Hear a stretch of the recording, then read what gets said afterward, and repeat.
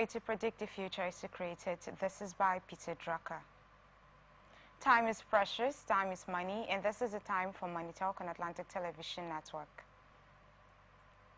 Good day, viewers, and welcome to a fresh episode of ATN Business on Atlantic Television Network right here in the city of Port Harcourt. This is the network's medium of bringing the happenings in the economic sector of a society to our discerning viewers. This program is aimed at bringing to the doorstep of viewers the business, financial, and economic activities from all strata of society. Its delivery is accentuated through the various stock exchanges across the world, news about government economic activities, private sector business activities laced with expert opinions, stakeholders analysis, and correspondent reports. The headlines. NDDC seeks partnership with Afrexim Bank for Niger Delta development. Naira depreciates spurs 70% cooking gas price. In the global markets, shares mostly decline. Nvidia weighs on Wall Street. And in China wants EU trade war possible with escalation. By the end of this show, you can be rest assured of being informed accurately of financial activities around the world. I am your host, Susan Abbey. We'll take a short break, and when we return, we'll reel out the details. So stay tuned.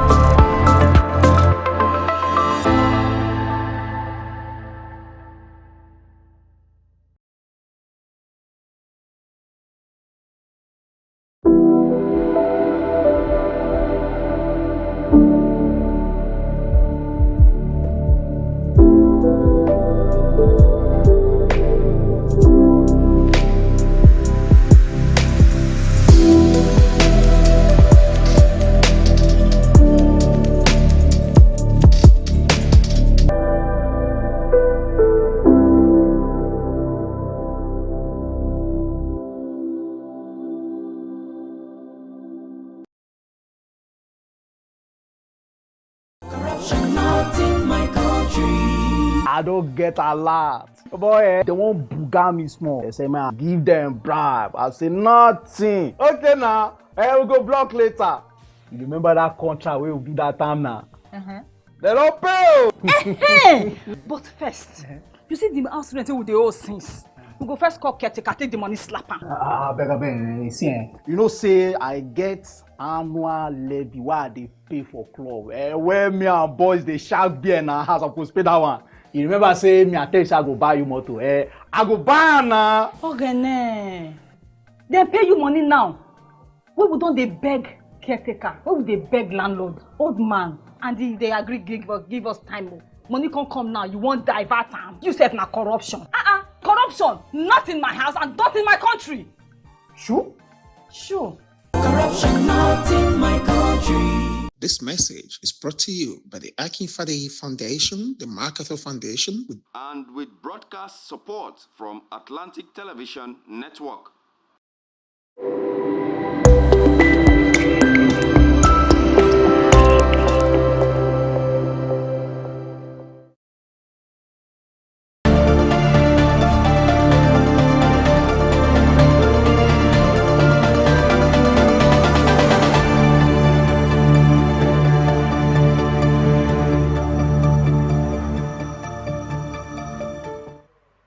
Welcome back, and now let's go into market reports, local and international business news for today.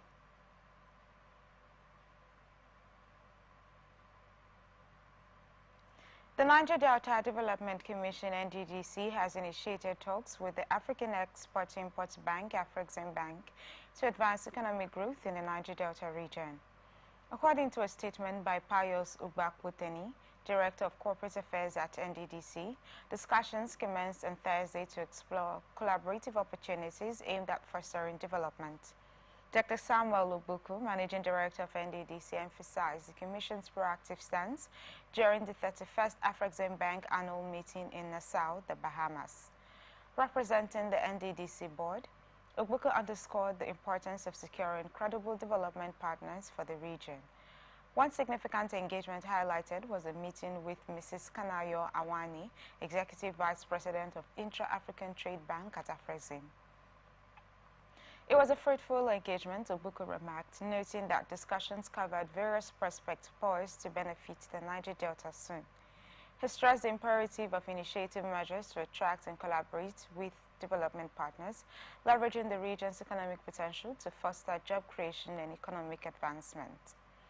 Ubuku reaffirmed the NDDC's unwavering commitment to promoting sustainable development in the Niger Delta. He assured that the Commission would diligently follow up on these discussions to achieve tangible outcomes for the region. The Afrexim Bank annual meeting served as a pivotal gathering for economic leaders across Africa and the Caribbean. The four-day event convened over 2,000 delegates, including national and subnational governments, political leaders, institutions, and corporate entities. It provided a crucial platform for dialogue, collaboration, and exploration of opportunities aimed at mutual growth and development between the two regions. Fidelity Bank PLC made a significant move in the Nigerian banking sector as it launched its 127.10 billion rights issue and public offer on Thursday, marking the first bank to respond to the Central Bank of Nigeria's CBN recapitalization directive issued earlier in the year. The directive issued in March required banks to bolster their capital bases significantly to strengthen the financial system's resilience and capacity to support economic growth. The capital raising exercise by Fidelity Bank comprises a public offer of 10 billion ordinary shares at 9 naira 75 kobo per share and a rights issue of 3.2 billion ordinary shares at 9 naira 25 kobo per share. These efforts are aimed at positioning the bank ahead of the regulatory requirements set by the CBN, which mandates national banks to achieve a minimum capital base of 200 billion naira and 500 billion naira for banks with international operations. Speaking at the presentation of the combined offer at the Nigerian Exchange Limited (NGX), Nneka Onyeali-Ikpe, the Managing Director, CEO of Fidelity Bank, highlighted the strategic importance of the capital raising initiative. She emphasized that the bank viewed the CBN's directive not just as a regulatory requirement, but as a transformative opportunity to solidify its market leadership in Nigeria and beyond. For Fidelity Bank, the recapitalization directive represents a significant opportunity to enhance our resilience and competitiveness, Onyeali-Ikpe stated. We are leveraging this initiative to propel our long-term vision of becoming a market leader across all our products and customer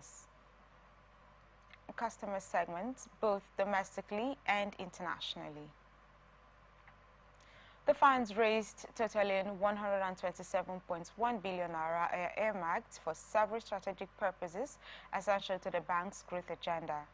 Onyeali-Ikpe outlined these as including business expansion within and outside Nigeria, technological advancements to enhance operational efficiency, diversification of revenue streams, and bolstering support for customers across various sectors.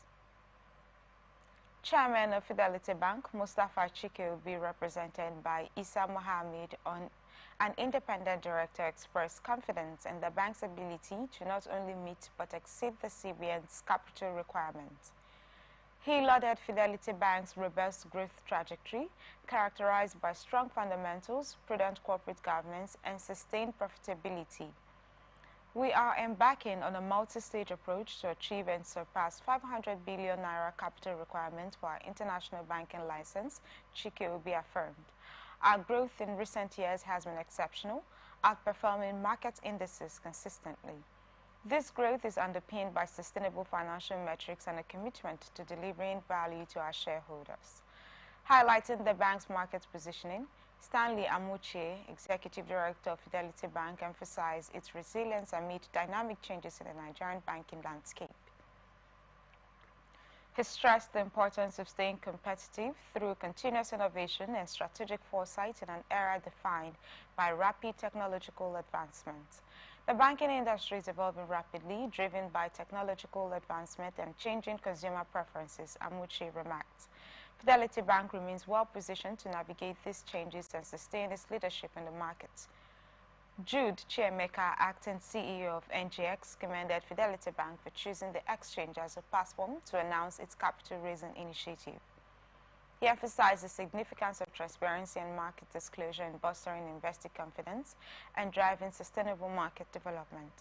We are pleased that Fidelity Bank has opted to communicate its strategic plans and financial performance through our platform, Chiemeka stated.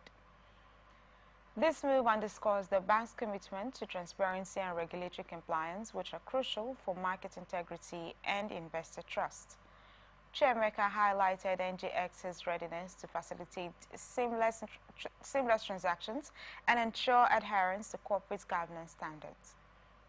He expressed optimism about the exchange's technological capabilities to handle increased market activities and uphold market participants' interests effectively. Investments in technology and governance frameworks are central to our operations, Chiemeka affirmed. We are confident that our systems are equipped to manage the heightened interest and activity generated by initiatives such as Fidelity Bank's capital raise. In conclusion, Fidelity Bank's 127.10 billion naira capital raising initiative represents a pivotal moment not only for the bank but for the Nigerian banking industry as a whole. It sets a precedent for other financial institutions to meet regulatory requirements proactively while positioning themselves for sustainable growth and market leadership in a rapidly evolving economic landscape. Total Energies, in collaboration with the Nigerian National Petroleum Company Limited (NNPC), has embarked on a groundbreaking venture with a $550 million final investment decision (FID) for the development of the Ubeta gas field within Oil Mining Lease 58 (OML 58). This landmark agreement signed on Thursday underscores Total Energies' commitment as the operator of the OML 58 onshore license, holding a 40% interest alongside NNPC's 60%. Situated approximately 80 kilometers northwest of Port Harcourt and Rivers State, OML 58 is home to the Obagi oil field and the Ibewa gas and condensate field. Gas production from OML 58 is currently processed at the OBT Treatment Center and serves both the Nigerian domestic gas markets and the Nigerian Liquefied Natural Gas (NLNG) plant.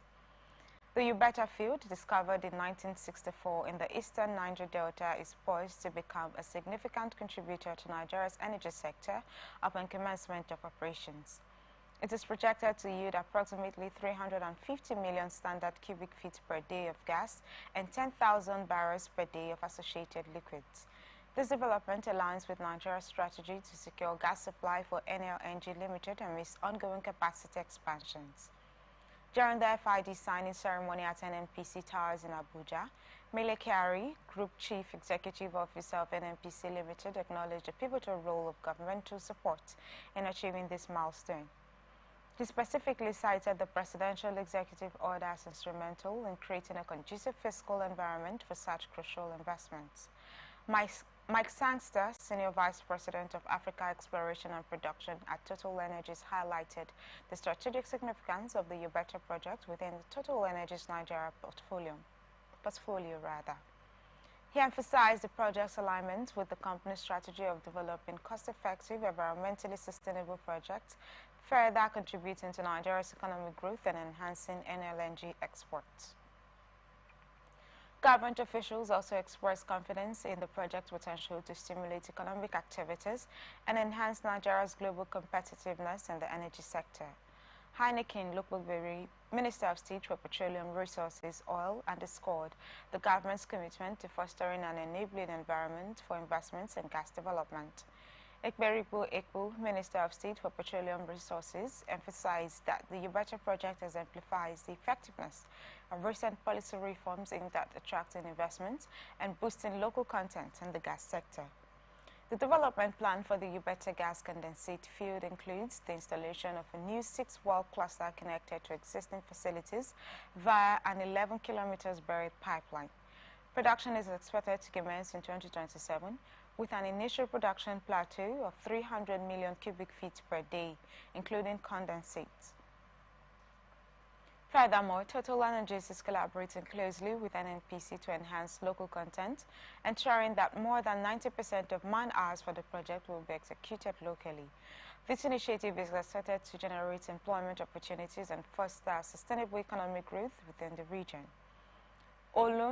Olu Vehejen, Special Advisor to the President of Energy, affirmed that the Ubata project aligns with Nigeria's broader energy policy objectives, focusing on gas sector development, emissions reduction, and energy diversification. She highlighted the project's potential to enhance domestic gas supply and support the expansion of NLNG facilities.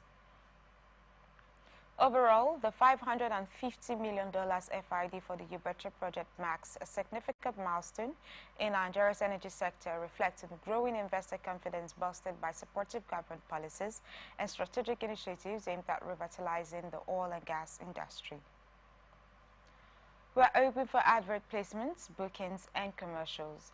You can connect with us and watch us on ATN Socials, Facebook and YouTube, Atlantic Television Network, Instagram and TikTok, Atlantic TV Network 1, X, formerly Twitter, Atlantic TV Net. You can also watch us live on our website, atlanticnetwork.tv. The Nigeria Extractive Industries Transparency Initiative, NATI, has urged stakeholders to unite in advancing reforms within Nigeria's oil and gas industry and solid mineral sector. Dr. Oji Ogbunaya Oji, Executive Secretary of NATI, emphasized the need for collective action during the Stakeholders Validation Workshop on the 2023 Annual Progress Report. Represented by Jane Owumere, Acting Executive Secretary, Dr. Oji highlighted significant achievements in reforming Nigeria's extractive industries, underscoring the importance of active participation from government, operating companies, and civil society in the NATI process. The workshop served as a platform to assess and commemorate progress, milestones, and achievements across various programs and activities within the oil, gas, and mining sectors.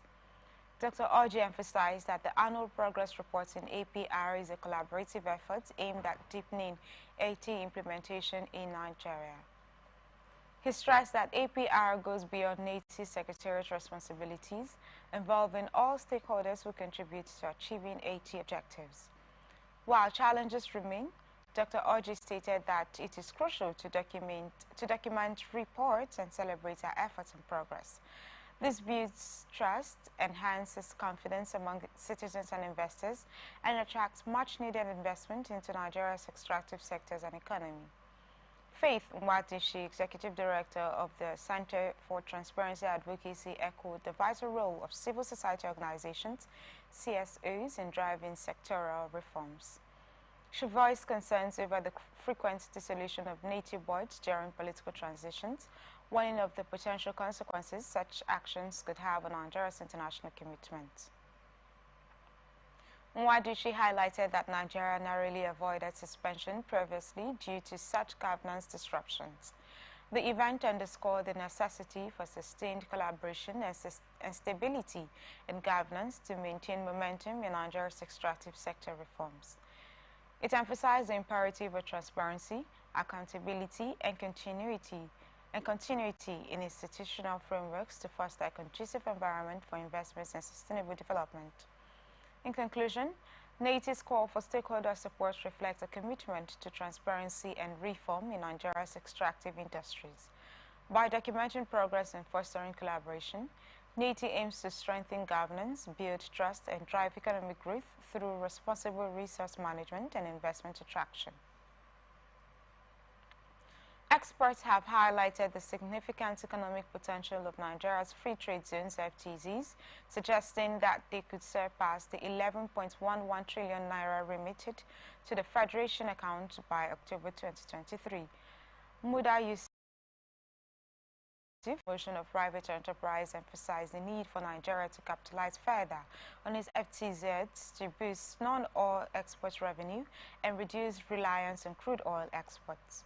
He pointed out that many advanced economies leverage their FTZs to attract investment and generate foreign exchange, citing Dubai as a successful example. Meanwhile, Olufemi Oguyemi, Managing Director of the Nigeria Export Processing Zones Authority (NEPZA), reported to the Senate Committee on Industry, Trade and Investment that Nigeria's 46 licensed FTZs had created substantial economic benefits. These zones provided 38,429 direct jobs and an additional 172,930 indirect jobs by the end of 2023. Oguyemi highlighted significant financial contributions from FTZs, including 59.38 billion naira by the Nigerian Customs Service, 8.738 billion naira by the Nigerian Port Authority, and 998 million naira in pay-as-you-earn remittances by state. He also noted that FTZs attracted foreign direct investment amounting to $491.8 million and a local direct investment totaling 1.15 trillion naira. Moreover, these zones contributed to saving scarce foreign exchange through imports valued at 1.62 trillion naira from 2019 to 2023. David Adorin, the Vice President of High Cap Securities Limited, commended NEPZA's reported remittances and encouraged the government to use this data to promote manufacturing businesses within FTZs. He anticipated future increases in remittances, especially with upcoming projects like the Dangote Petroleum Refinery in the Lekki Free Trade Zone. In contrast, economics professor Olusegun Ajibola from Babcock University cautioned that while the 2023 remittances were noteworthy, they indicated room for improvement. Ajibola urged the government to focus on enhancing revenue generation from FTZs, suggesting a review of the NEPZA Act to address operational challenges. Overall, stakeholders agree that Nigeria's FTZs have substantial untapped potential to drive economic growth, create jobs, attract investment, and reduce dependence on oil revenues. They advocate for strategic reforms and policy adjustments to maximize the benefits of these zones, ensuring they contribute significantly to Nigeria's economic diversification and development goals. The significant depreciation of the naira, coupled with Nigeria's heavy reliance on imported liquefied petroleum gas (LPG), commonly known as cooking gas, has driven up prices by a staggering 70.12% over the past year. Despite recent efforts to stabilize cooking gas prices, the upward trajectory has persisted, exacerbating cost burdens for consumers nationwide. Nigeria currently imports more than 50% of its cooking gas due to inadequate local production capacities, rendering prices vulnerable to currency fluctuations and external supply challenges. The National Bureau of Statistics (NBS) and its latest liquefied petroleum gas cooking gas price watch for May 2024 underscored the severity of the price hike. The average cost to refill a 5-kilogram cylinder soared from 4,360.69 naira in May 2023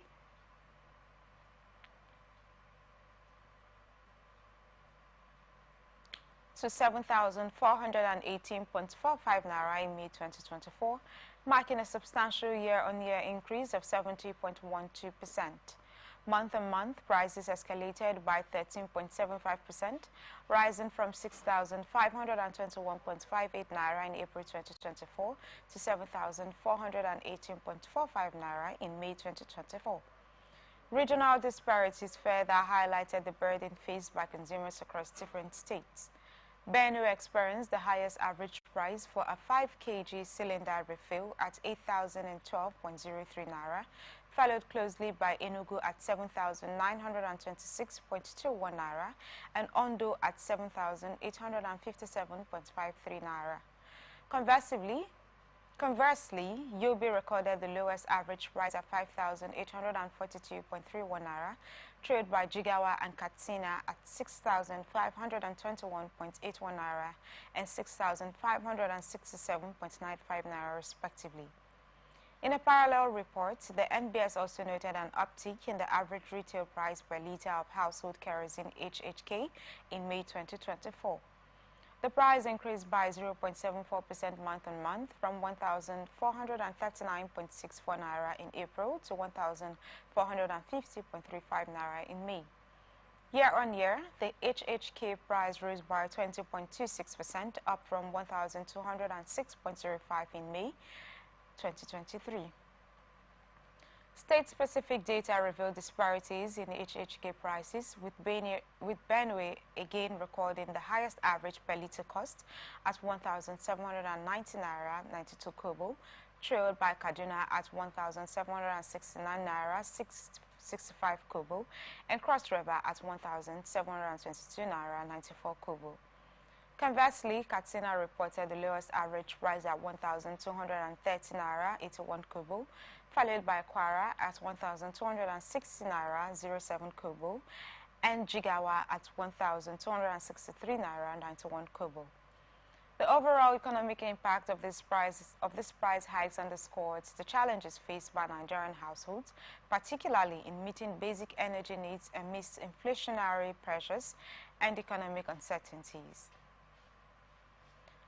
As policymakers grapple with these issues, there is a growing imperative to address the structural constraints affecting local energy production and mitigate the effects of currency fluctuations on essential commodities.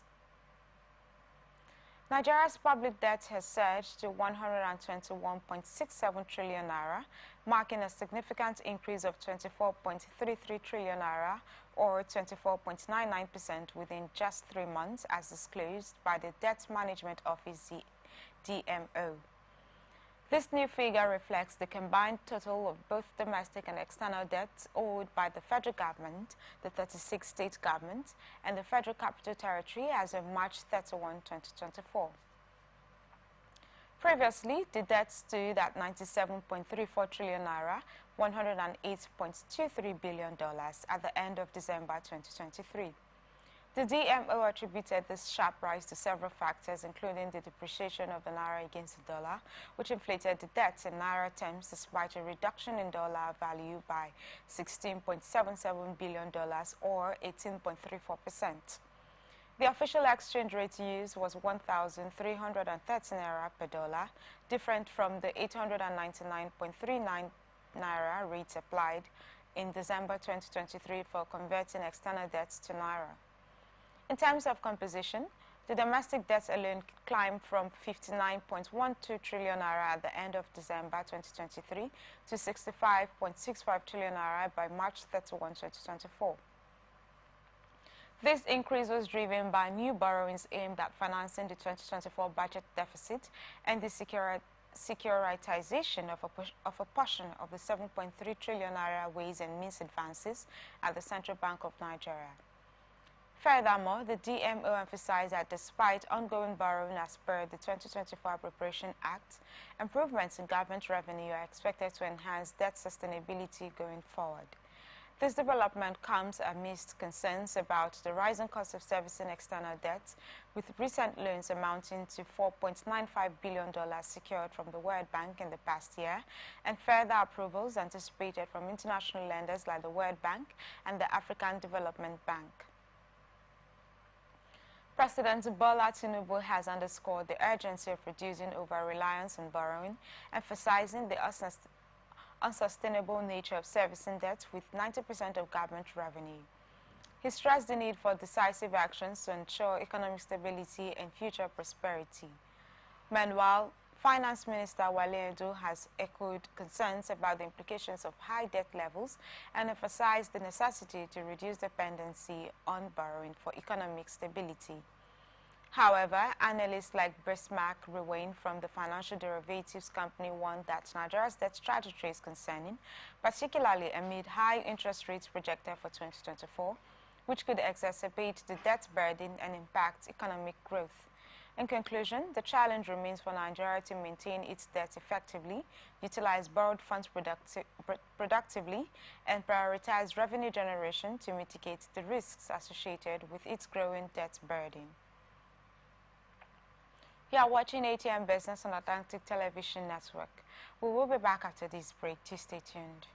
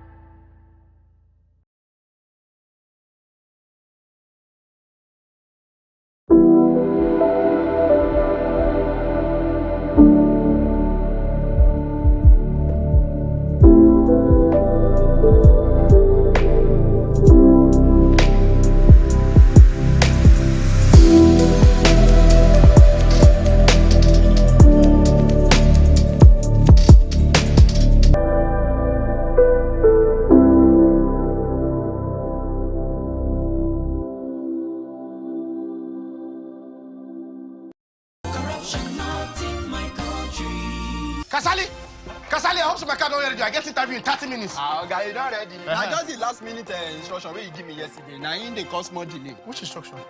Maybe now you say make I change the meter, make you not read again. Which time I make you change meter? Oh, Kasali, why you do like this now? Eh? You don't get sense. You don't read the text message. Nobody I want send them to. Like Kasali, my electrician, make it come house, call me do my meter so that you don't go to read again. You the electrician? You're electrician. Yes, now. So you call Kasali electrician, make it come help you adjust your meter, make it for no read again. Abi. So you said you want join people where be say they no want they pay NEPA bill again, Abi. Oga, you no good now. You don't you don't behave like all these stiff people. Oh, what you change from your motor? What you change from? Two lights. Fuel gauge. Speedometer. For what you now? You for come out for home my motor. I better identify for me. Okay. Now don't do something we corrupt. Do something come backfire. Now go come they find how to dodge them. What you talk? They greet you. This message is brought to you by the Akin Fadehi Foundation, the MacArthur Foundation, and with broadcast support from Atlantic Television Network. Corruption not in my country. What you want to buy? Potato. Small baskets. I want plantain. But why your plantain can't hard like this? Madam, now the outside hard. Inside there, it is very soft. Madam, wallahi make her no buy am. Make her show you something. What? What in be this one? Madam, this one now the chemical where they put on for the plantain make her ripe up. So you dey put chemical for plantain where people go chop? No water, no be chemical. Madam, Water. You know say Pela I don't talk and say water and not be enemy. Drink am. Where you collect that water, drink am. I just stop finish. See my belly. After it don't big. I just stop drink water finish. I don't Wait, you drink am now. I dey sell am plantain, I go come put am for chemical because I want to make a ripe go.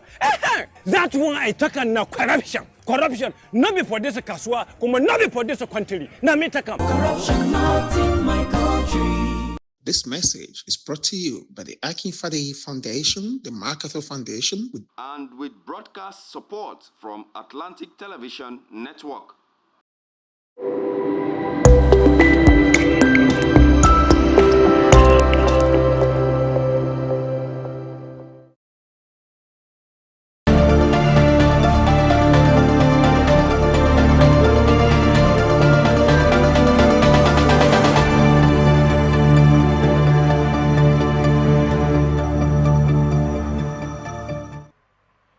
Welcome back to ATM Business on Atlantic Television Network. Now to the rest of our stories.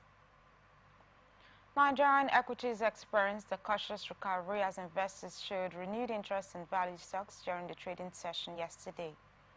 The market sentiment remained predominantly positive, with more stocks recording gains than losses. The Nigerian Exchange NGX benchmark indices indicated a marginal increase of 0.002%, translating to a net capital gain of 1 billion naira.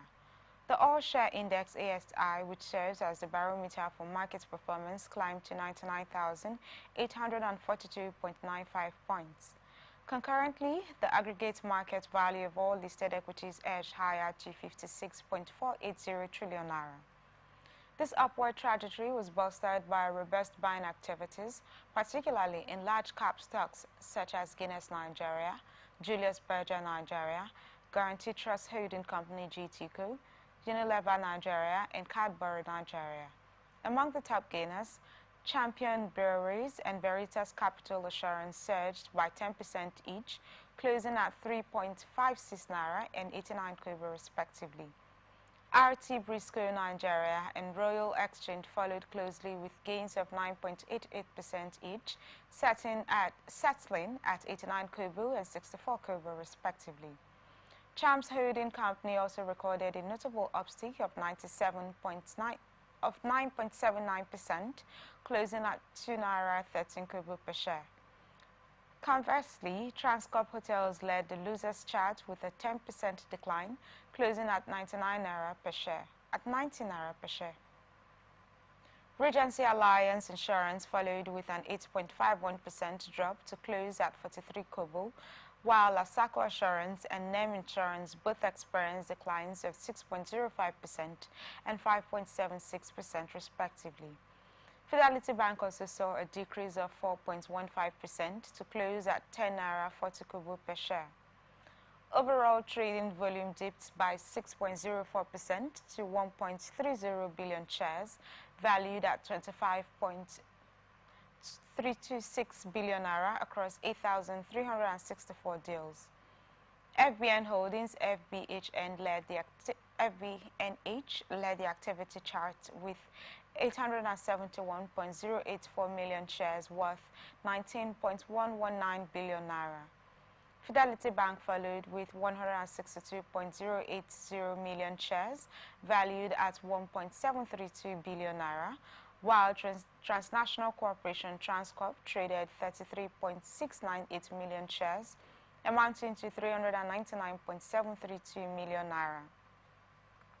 Access Holdings and ICO Insurance rounded off the top 5 stocks by volume, trading 23.362 million shares worth 442.181 million naira and 22.640 million shares valued at 21.793 million naira respectively. In January, the economy experienced a significant 39% month-on-month decline in net foreign exchange inflow, dropping to $2.37 billion compared to $3.91 billion in December 2024, as reported by the Central Bank of Nigeria, CBN. This decline was primarily driven by a substantial 95.7% increase in forex outflows from the economy.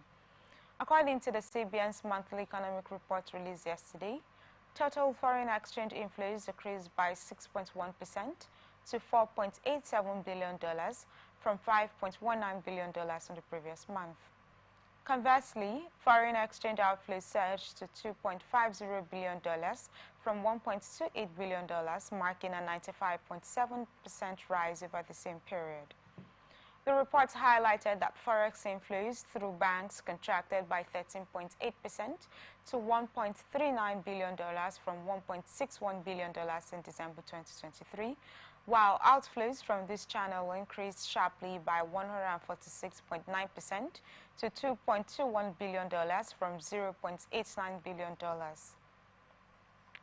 Autonomous sources saw a slight 2.7% decline in inflows to $3.48 billion from $3.58 billion, with outflows decreasing by 23.5% to $0.29 billion from $0.83 billion.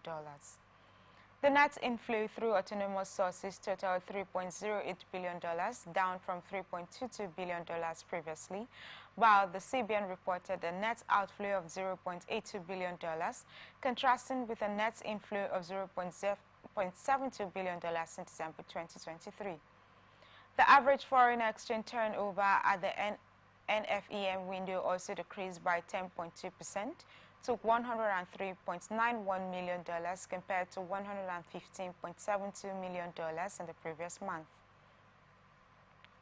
The sharp decline in January's net forex inflow underscores the forex scarcity that contributed to a 60% depreciation of the naira in the official market during the month. Official exchange rates climbed to 1,455 naira 59 kobo per dollar by January's end, up from 907 naira 11 kobo per dollar in December 2023.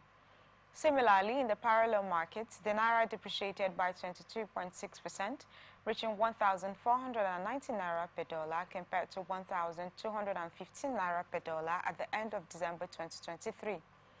These developments reflect ongoing challenges in Nigeria's forex market, impacting economic stability and highlighting the need for measures to stabilize forex inflows and mitigate currency depreciation pressures in the coming months. Global shares experienced a predominantly downward trend on Friday, following a retreat in Wall Street spurred by a decline in Nvidia stock performance. In Europe, major indices reflected mixed results, with France's CAC 40 edging down by 0.1% to settle at 7,661.64, while Germany's DAX declined nearly 0.2% to 18,227.44. The UK's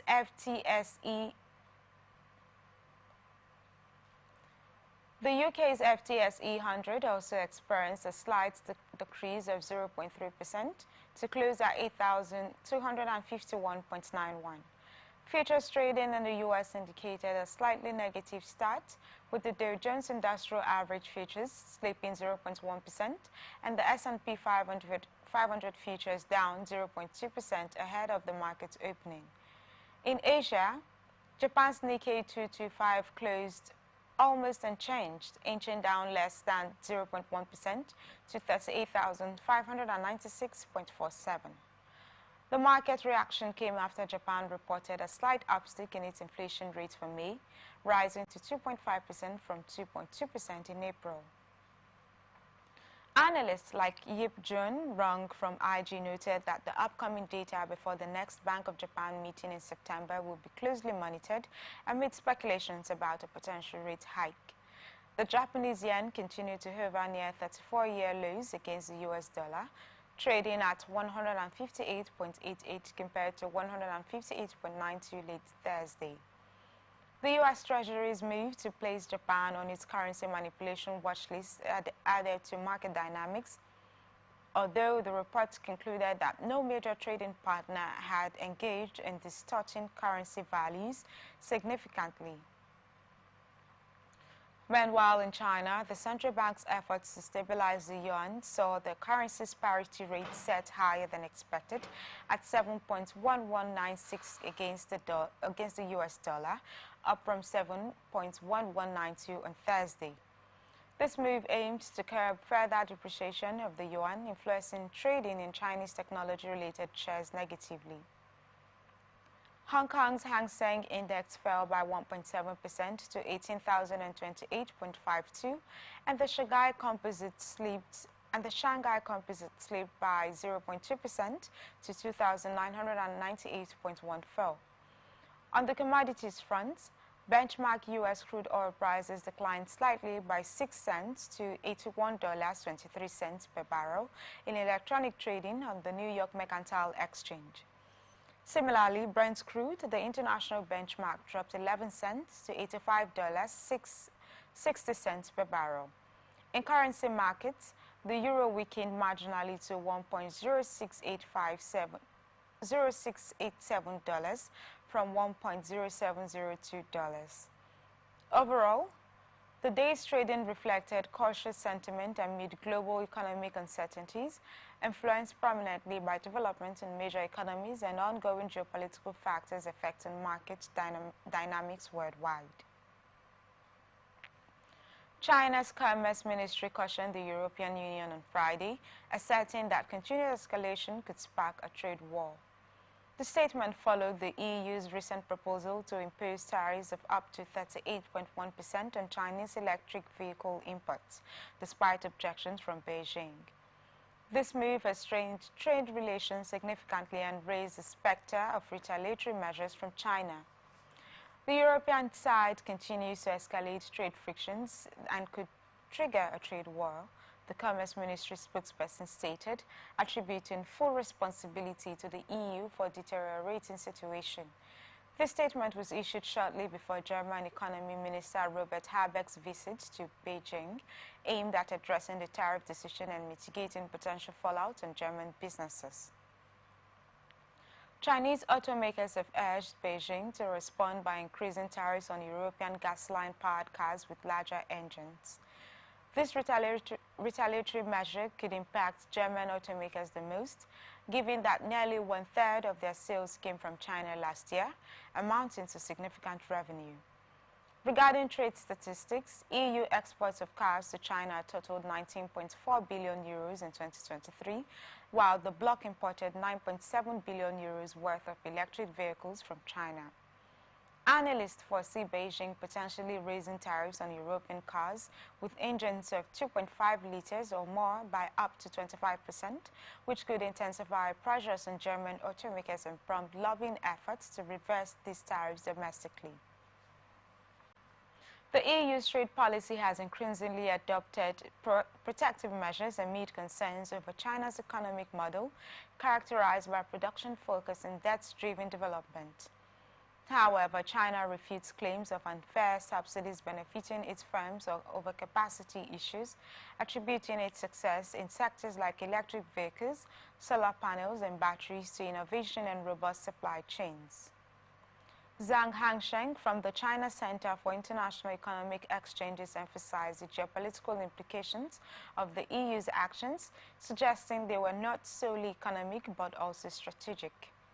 He criticized the EU's approach to initiating the electric vehicle probe, allowing violations of WTO rules and coercive tactics against Chinese companies. In response, Beijing has initiated its own anti-dumping investigation into EU pork imports, citing a complaint from the China Animal Husbandry Association. The Commerce Ministry also accused the EU of demanding excessive information from Chinese automakers, suggesting potential espionage concerns. The escalating tensions underscore broader geopolitical and economic challenges between China and EU, reflecting deepening trade disputes that could have far-reaching consequences for global commerce. This is why we wrap it up in this edition of ATN Business on Atlantic Television Network in the city of Port Harcourt. I am Susan Abbey. We're open for advert placements, bookings, and commercials. Stay connected on ATN socials, Facebook and YouTube, Atlantic Television Network, Instagram and TikTok, Atlantic TV Network 1, X, formerly Twitter, Atlantic TV Net. You can also watch us live on our website, atlanticnetwork.tv. Peace and unity are the pathways to progress. Thank you for watching.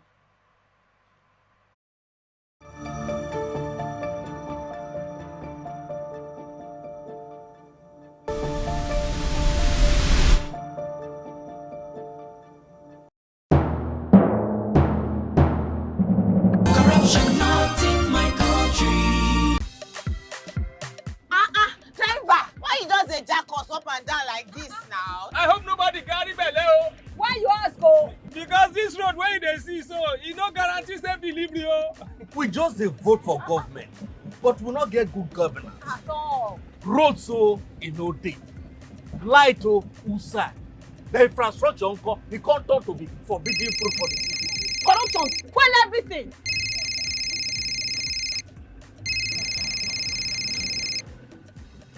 Hello? Hello, madam.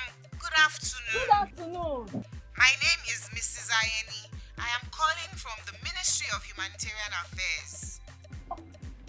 Okay. Okay, I've been expecting your call. Madam, remove this your phone from loudspeaker. No vex. Now my phone be like that. Hello. Are you there? I hear. I'm hearing you. Yes. We saw a copy of your invoice for computers, printers, and laptops. Yes. Are you working on them now? Ma, the prices you quoted are way too high now. Madam, sorry, please don't cost. We found the laptop you said is 1.8 million naira for 600,000 naira. Hello? Now my body network there. I can't hear you. Network is bad. Madam, we can hear you. Continue. Hello, I can't hear you. I will call you back. Their behavior not good now. Madam, now this kind behavior they kill our country. You suppose do things differently. Make Nigeria for better. Corruption not in my country. This message is brought to you by the Akinfadehi Foundation, the MacArthur Foundation, and with broadcast